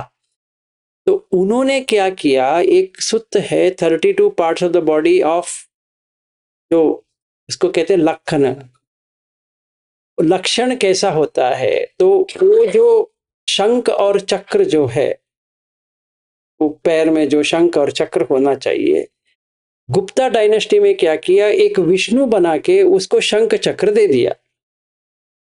तो अभी बुद्ध के पास भी शंख चक्र है और इसके पास भी शंख चक्र है। तो इसके जो ऊष्णिश कहते हैं उसको, मतलब इसका इनके सर के ऊपर ऐसा है, हाँ, तो वो बुद्ध इसमें है। और यहाँ पे एक टर्फ की तरह वो होता है, तो लोगों ने सोचा कि यहाँ पे कुछ है, बुद्ध के इसमें है, हमारे देवता में भी वो आना चाहिए। तो ये देवता का जो बनता गया वो गलत नहीं है, पर ये सही भी नहीं है कि वो एग्जैक्टली वैसे ही है। तो पुराण बन गए, पुराण के साथ और ऐड करते गए, उसका कथा बनते गए, फिर उसका एक कमेंट्री वगैरह वगैरह वगैरह वो होते हुए शिव पुराण, ये पुराण, वो पुराण, सारा पुराण, एंडिंग में आया भागवत पुराण। तो कृष्ण का जो लीला है वो सब उसमें है। जो भगवद गीता है उसको पूरा हटा के इन्होंने सीधा इसका जो एक सेंशुअल का इन्होंने भाग में बना दिया। तो ये प्रॉब्लम ये आती है कि अभी हम देखते हैं इस टाइम पे बुद्ध का भी वही हाल हुआ कि इन्होंने भगवान बना दिया, बुद्ध भगवान बना दिया, तो ये भी भगवान, ये सारे भगवान हो गए। कृष्ण भगवान, राम भगवान, ये भगवान, वो भगवान, अब ये भी बुद्ध भी भगवान है। और अपना तो विष्णु का अवतार वो बाद में बना, पर ये महावीर भी भगवान बन गए।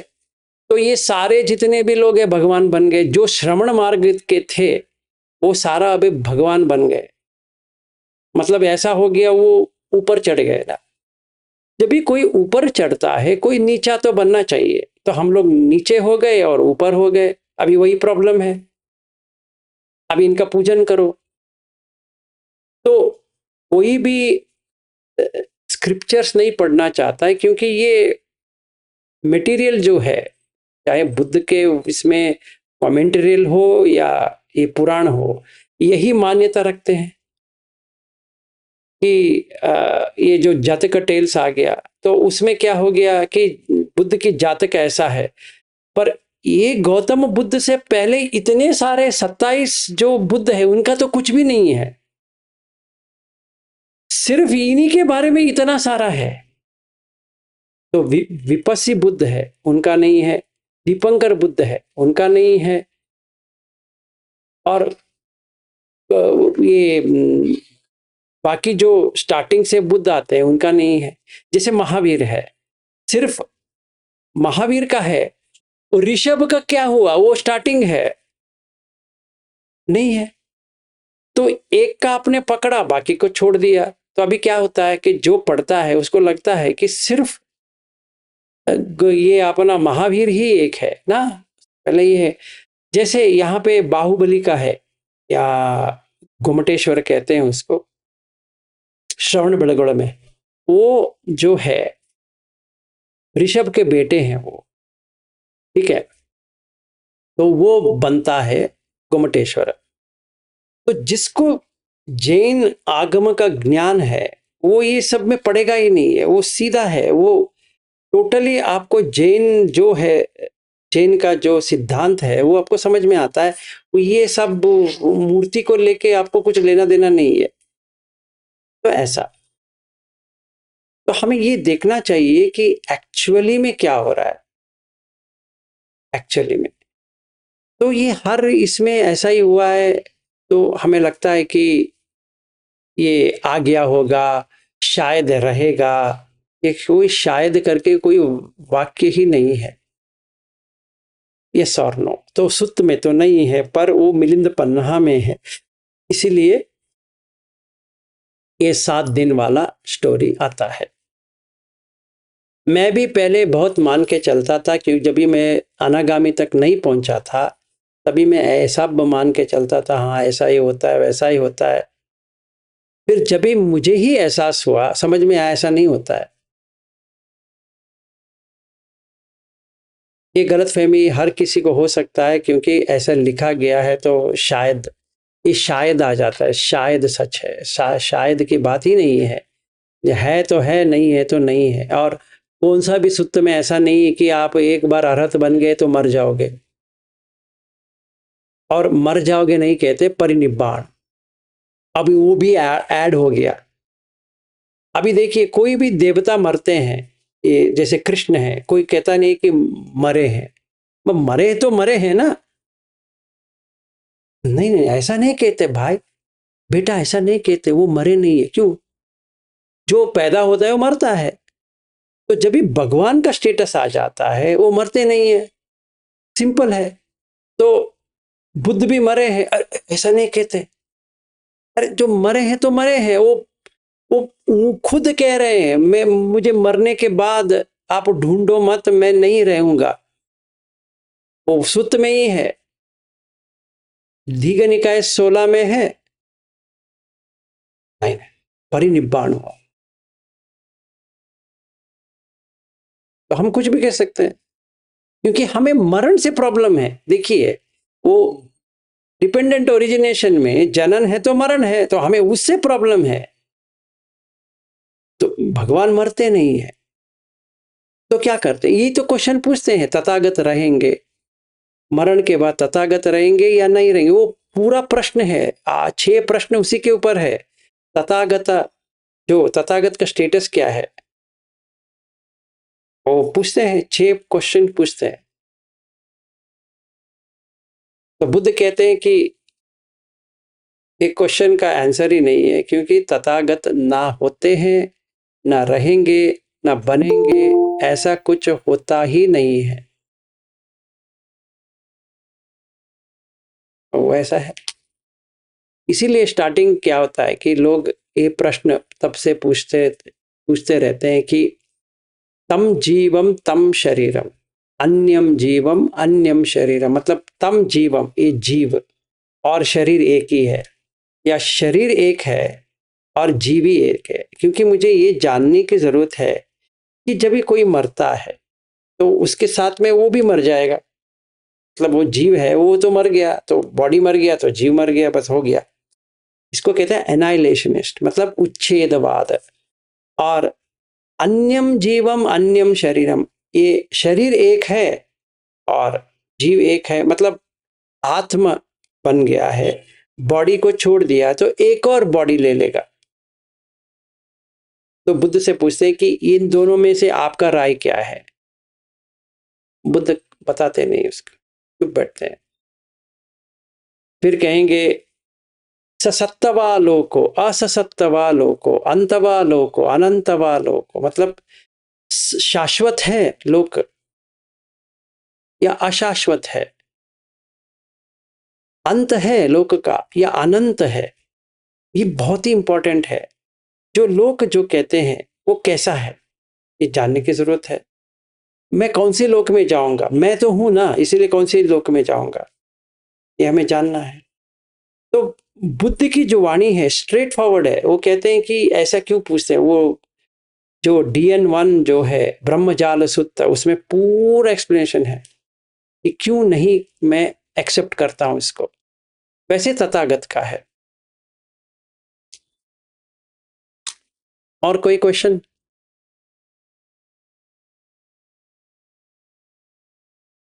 यहाँ पे तो साइलेंट हो गया। यहाँ पे जो है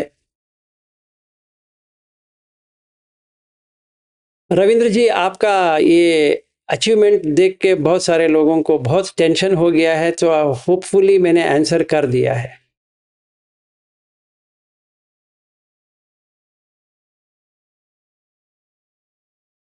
किसका? यहाँ पूछ रहे हैं डॉक्टर जी, आपका कुछ कमेंट, लास्ट में आपका कुछ कमेंट। नहीं, वो सुनता तो मतलब वो जो है वो 7 दिन में मर जाते, वो मैंने भी सुना था किसी से, बट वो आनंद के लिए है, वो अनागामी के लिए नहीं है। तो पता नहीं कौन अनागामी के बारे में वैसे बोल रहा है, पता नहीं। सही है। तो आप 7 दिन में तो मरने वाले नहीं हो, और मर भी जाओगे तो कोई कुछ नहीं कर सकता। किसी के हाथ में मरण की नहीं है। अभी तक तो आप भी मर जाते सर, फिर ऐसा रहता तो। मैं वही पूछने वाला था कि रविंद्र जी के ऊपर इतना प्यार क्यों है। मैं तो इतना दिन रोज आपको सुना रहा हूं, मैं मरा नहीं, शायद मैं अनागामी तक पहुंचा नहीं हूं उनके हिसाब से। तो सही बात है, शायद हो सकता है, वही हो सकती है।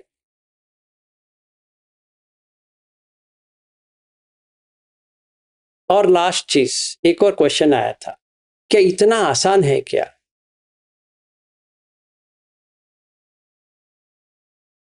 मैं कहूंगा ट्राई करके देखो। अभी मैदान साफ है, आपको भागना है भागो, नहीं भागना है तो बैठ जाओ। पर आप किए बिना नहीं आगे बढ़ सकते, या कोई आपके लिए कर दे, नहीं, पॉसिबल ही नहीं है। और बुद्ध ने आनंद को यही कहा लास्ट में, आनंदा अपमादेन संपादेत। प्रमाद मत करो, संपादन करो। और एक और चीज आप समझ लो, आनंद बुद्ध के साथ होते हुए भी बुद्ध उसको अरहत नहीं बना सके। वो हरदम उसी के साथ रहा, 40 साल। कन्वर्ट नहीं कर सके। नहीं, वो फर्स्ट काउंसिल पे हाँ तभी हुआ। तो ये आप रविंद्र जी क्या, वो उनका कोई भी आए आपको सिखाए, आप ये सोचते हो कि वो मराठी में बात करेंगे तो आपका आप अनागामी बन जाओगे या कुछ बन जाओगे, नहीं है। हाँ जी दक्षा जी। सर, उस जमाने में आनंद को ऐसे बताया कि प्रमाद मत करो। इस जमाने में समझ में आता है कि बहुत सारे टेक्नोलॉजी है, हम टाइम वेस्ट कर रहे हैं। उस जमाने के लिए आनंद क्या प्रमाद करते थे कि प्रमाद मत करो, ऐसे बोला? आप आनंद को पूछना पड़ेगा या बुद्ध को पूछना पड़ेगा। आजकल वो दोनों नहीं है, तो जो नहीं है उनके बारे में हम बात करके कोई फायदा नहीं। हमारे प्रमाद तो समझ में आते हैं, बहुत है। वही काफी है। वो आनंद का क्या प्रमाद था, उसको लेके क्या कर। वो तो अभिभूत होते तो क्या ही बोलते थे, हमें पता नहीं। तो मतलब प्रमाद से ही भरा हुआ है। इसीलिए वो नहीं है कि बताइए।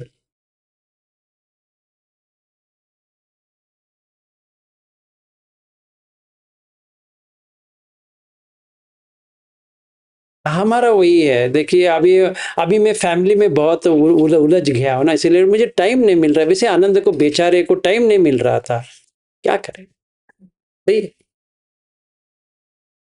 वही कह सकते हैं भाई, क्योंकि आनंद भी नहीं है, बुद्ध भी नहीं है पूछने के लिए। इनफैक्ट एक सुत्त है जहां पे सारीपुत्र उसको गाली देते हैं आनंद को, तुम इतने अच्छे बात करते हो, तुम अपने ऊपर क्यों नहीं करते। एक सुत्त है जहां पे वो बुद्ध के पास जाते हैं, बुद्ध से पूछते हैं ऐसा कोई है कि संज्ञा ना हो फिर भी हो, ये ऐसा हो या ना हो, ऐसे पूरा बताते हैं। बुद्ध कहते हैं है। वो कैसा होता है? वो कहते हैं ईतन संतन एतन पणितन यदिदम सब्ब संखार समतो सब्बुपदी पटिनि सग्गो तन्ह खयो विरागो निरोधो निब्बाण। साधु साधु साधु करके निकलते हैं और सारीपुत्र के पास जाते हैं, यही प्रश्न पूछते हैं। सारीपुत्र भी यही कहते हैं, वाह वाह वाह वाह क्या बात है, जैसे गुरु वैसे शिष्य, जैसे इन्होंने कहा आपने भी वैसे ही कहा। फिर आनंद ये तुम करो। तो उन्होंने क्या किया, करके निकल गए। तो ये किसका दोष है? तो हम उनके ऊपर एक जजमेंट दे दिया। शायद वो बिजी थे, वो बुद्ध की सेवा करते करते, क्या करे बेचारे, 8-8 घंटे या सॉरी 18-20 घंटे बुद्ध की सेवा करते। ऐसे ही कहना पड़ेगा, क्योंकि कोई पूछता है कि इनके साथ रहते हुए क्यों नहीं हुआ, वो ऐसे नहीं पूछेंगे भगवान के साथ रहते हुए इनको क्यों नहीं हुआ। भगवान तो हर किसी को बना दिए, क्योंकि उसे इतने सुत्त में कोई ब्राह्मण आता है, ऐसे बैठता है, और वो ब्राह्मण जो है वो किसी और धर्म का है, वो बुद्ध धर्म का तो नहीं है। वो ब्राह्मण आता है, बैठता है, और बुद्ध कहते हैं ब्राह्मण ऐसी थोड़ी होता है। कहते हैं क्या बात करते हो, मैं बात ही कर रहा हूं, थोड़ा समझो। वो कहते हैं मैं वेद पारंगत हूं। अरे वो ठीक है, पर क्या समझे उससे। तो जब भी बुद्ध ऐसे प्रश्न पूछते हैं तो पूछते हैं कि इसको वेद को कैसे समझना चाहिए। वो स्मार्ट है, वो जो ब्राह्मण आया वो स्मार्ट है। तो वो वैसे पूछते पूछते पूछते एंड में क्या होता है, ये अरहत बन गया। ठीक है तो अगर ये प्रश्न पूछते पूछते वो ब्राह्मण अरहत बन सकता है, ये आनंद इनका इतना सेवा करते करते आगे क्यों नहीं बढ़ा, फेल होता गया एग्जाम, तो क्या करें, हमें बहुत ही ठेस पहुंचती है। तो अभी हम क्या करें कि स्टोरी बना दिए, बेचारे आनंद क्या कर सकता है, 18-20 घंटे काम करता था, बुद्ध ने उनको अपने ऊपर काम करने में दिया ही नहीं है। जैसे मेरी पत्नी यहाँ बैठी है, मेरी सेवा करती रहती है, अगर लास्ट में कहा गया है कि आप अनागामी क्यों नहीं बने, तो वो कहेगी क्या कर सकते हैं, मेरे पति का इतना मैंने सेवा कर दी, वो जितना जिंदा थे उनका सेवा की, अभी मुझे करना है, अभी क्या करें। पर मैं कभी इसको ये नहीं कहा तुम कभी मत करो, मैंने इसको कहा अपमादेन संपादेत, प्रमाद मत करो, संपादन करो। फिर ये कहती आपका सेवा में हमें मुक्ति मिल रही है, तो हम क्या करें। है ना, वो इधर ही बैठी है, सच में इधर बाजू में ही है। तो मैं आप लोगों के सामने ही कह रहा हूं, ये इधर ही बैठी है, मैं अपमादेन संपादेत इसको भी कह रहा हूं, प्रमाद मत करो। पर वो कहती है आप स्वामी की सेवा ही सब है, अब हम क्या करें।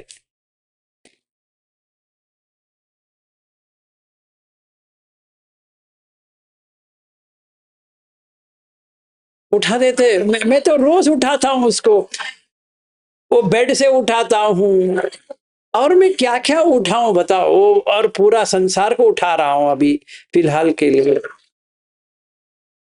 हाँ जी, दक्षा जी आप कुछ बात करना चाहती है लगता है।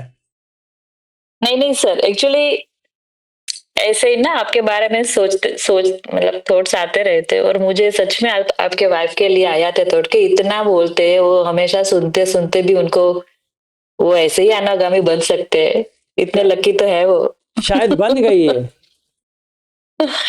सच में हर बार आप ना उन्हीं के एग्जाम्पल लेते हो, वो बहुत ग्रेट है कि इतना सुन सकते हैं। आई डोंट नो, मैं अगर मेरे पति इतनी बार बोलते तो मैं क्या ही कर लेती थी, क्या आप मेरे ही एग्जाम्पल क्यों लेते हो। ऐसे थॉट आ रहे थे मुझे। हाँ, मैं इसकी खींचता हूँ, इतनी खींचता हूँ कि क्या करें। इसके अंदर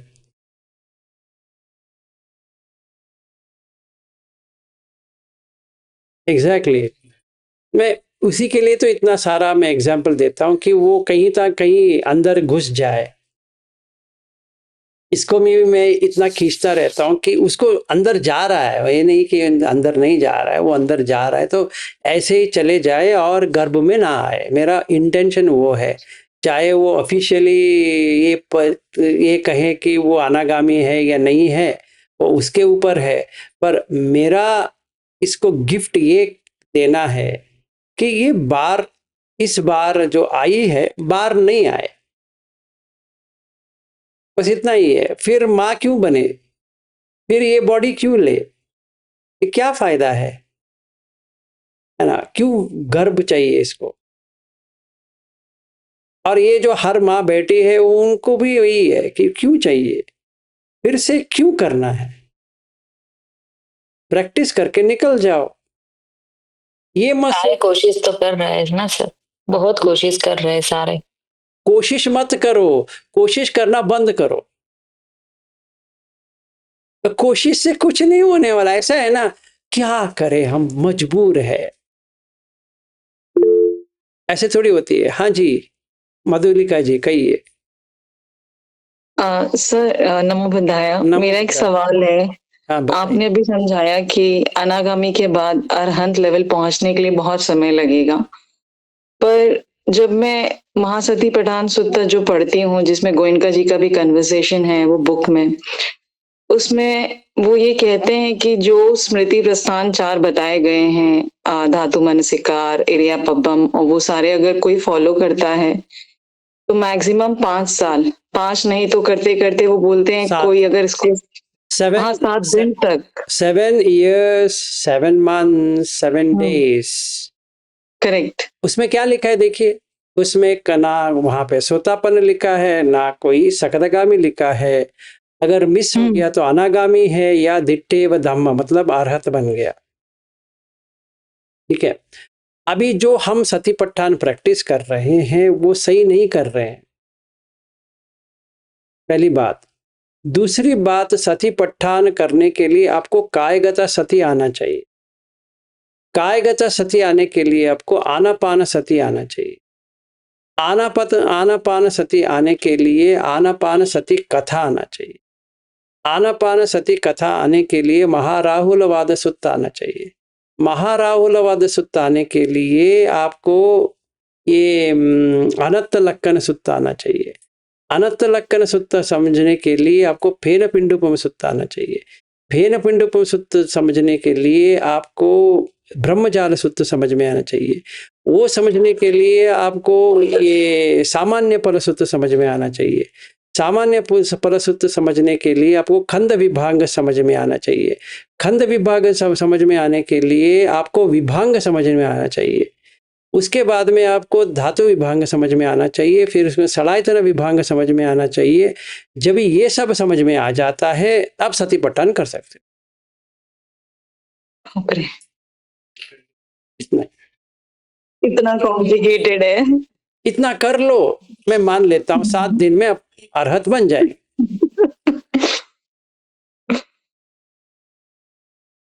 सर समझ आ रहा है, तो इतने सारे शुद्ध पूरा अनुभूति के स्तर पे समझ में आने चाहिए, तभी वो हो सकता है। ठीक है, तो सतीपट्ठान सुत्त जो है ना, महासतीपट्ठान सुत्त TN22 का जो है वो सिर्फ संक्षिप्त में है। इसीलिए बुद्ध कहते हैं काये कायानुपस्सी विहरति आतापि संपजानो सतीमा विनेय लोके अभिज्ञा दो मनसन। इसको काटने के लिए ये बाकी सब चाहिए, कभी करेंगे ये सब करो। मैं भी मानता हूं 7 साल 7 महीने 7 दिन, एक्सेप्टेड, चैलेंज एक्सेप्टेड।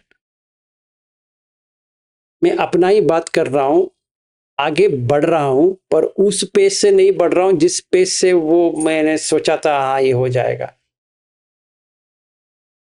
6 स्टेप्स है इसमें, आज तक मैंने 4 स्टेप पार की है और 2 तो बाकी है।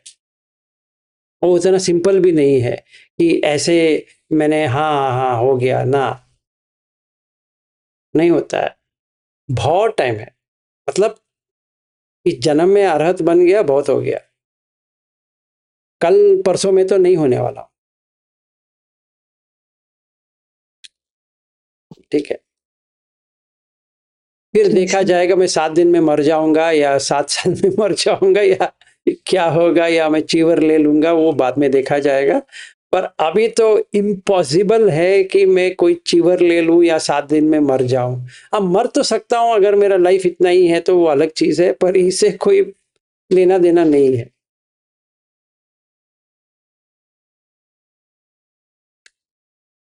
ठीक है, so don't worry, I am going to be here for long time. Thank you sir, हम सबके लिए तो बिल्कुल हम जाएंगे, हमारे आप रहते चाहो आप या ना हमेशा चाहो, रहेंगे। अगर मेरा लाइफ स्पैन इतना ही है तो ठीक है, पर अरहत बन गया और मर गया झूठ है। मैं अभी कह रहा हूं कि मेरे मरने के बाद कोई ना कहे कि अरहत बन के मर गए ना, कुछ भी नहीं बना है, अभी वहीं पे हूं। अभी मुझे प्रयास नहीं करना है, वो सही तरह से रोड में जा रहा हूं, मिल जाएगा, पर अभी नहीं मिलने वाला। Long way to go. उतना डेवलपमेंट नहीं हुआ है मधुलिका जी, आप जो समझ रहे हो कोई समझ लेता है, उतना डेवलपमेंट किसी का भी नहीं हुआ। आज के जमाने में किसी का भी उतना डेवलपमेंट नहीं होता है। It requires a different kind of skill. Develop कर सकते हैं, पर अभी आप पूछेंगे, मेरा तो डेवलपमेंट नहीं हुआ। I am very Frank and honest, झूठ होगा, जो है सो है। हाँ, मैं ये जान सकता हूं कि कोई कौन सी पोजीशन पे गया है। जैसे मैंने रविंद्र जी को ऑब्जर्व किया है, अश्विन जी को ऑब्जर्व किया है, वो जो प्रैक्टिस कर रहे हैं उनको समझ में आता है कि हाँ ये यहाँ तक पहुँचे हैं। जब भी अश्विन जी थे हमारे घर में तो उनको कहा उदासी क्यों बैठे हो भाई। और एक दिन मैंने रविंद्र जी के साथ वॉकिंग जा रहा था, तो उनको कहा कि आप कैसे कर सकते हो। उसका मेंटल स्टेट देख के मैं कहता हूँ, ऐसा नहीं कि वो ऐसे ही कहता हूँ। उतना होते हुए भी मेरा नहीं हुआ है। चाहे आप समझो साइकिक पावर है, ये है, वो है, कुछ भी समझो, उतना होते हुए भी नहीं हुआ। बाकी का छोड़ ही दो, बहुत लंबा है, लंबा खींचना है। अनागामी बन जाओगे, कोई प्रॉब्लम नहीं है, इजी है। अरहत इतना इजी नहीं है। अगर आप सोचते हो कि सोतापन ही इजी नहीं है, तो मैं कुछ उत्तर नहीं दे सकता।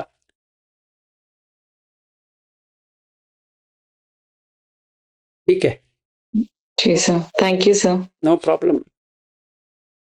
और कोई? हाँ जी, कल्पना जी, हम थे जिनके सहारे, बताइए।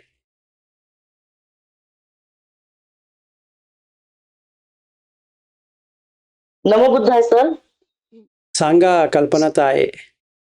धम्मपद अट्ठ कथा में बहुत जगह पे ऐसे लिखा है सर कि भगवान बुद्ध अपने अंतर्दृष्टि से देखते हैं कि कौन वो पद फल प्राप्त करने वाला है, फिर उनको वो धम्म समझाते हैं। फिर वो क्या साइकिक पावर है क्या भगवान बुद्ध की?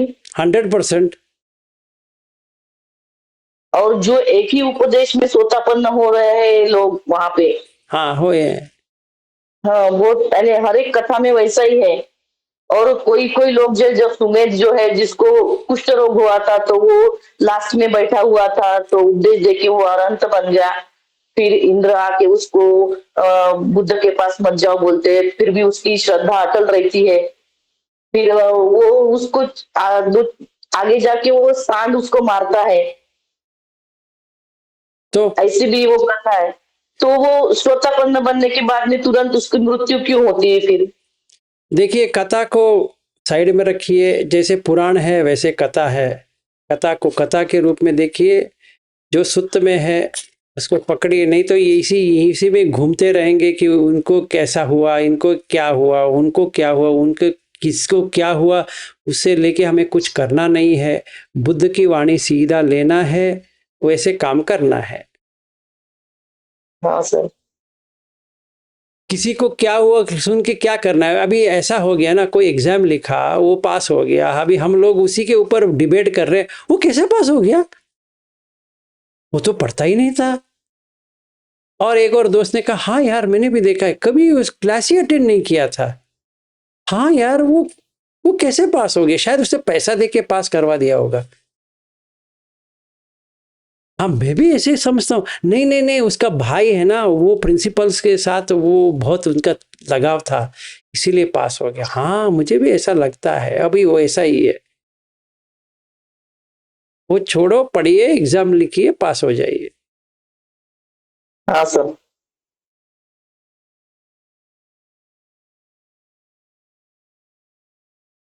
और कोई?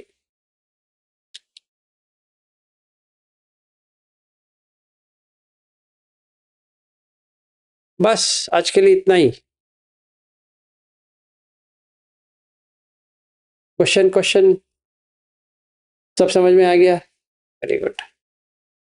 आपको कोई कंफ्यूजन नहीं है? ठीक है, रास्ते में आगे बढ़ना है, प्रैक्टिस करो। सांस से रहेंगे 90 डेज, 18 आवर्स, अभी देखो।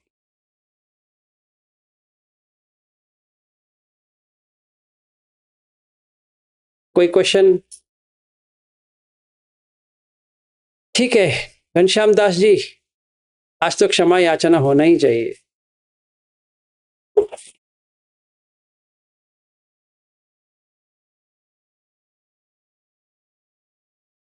क्या हो गया? है, आ गए। नमो बुद्धाय। नमो बुद्धाय। कायेन वाचा चित्तेन प्रमादेन मया कृतं अचयं मे भन्ते भूरिपैया तथागत कायेन वाचा चित्तेन पमादेन मया कथं अचयं खम में धम्म संदिग्ध अकालिको कायेन वाचा चित्तेन पमादेन मया कथं अचयं खम में संघं पुण्यं अनुकरोति। साधु साधु साधु।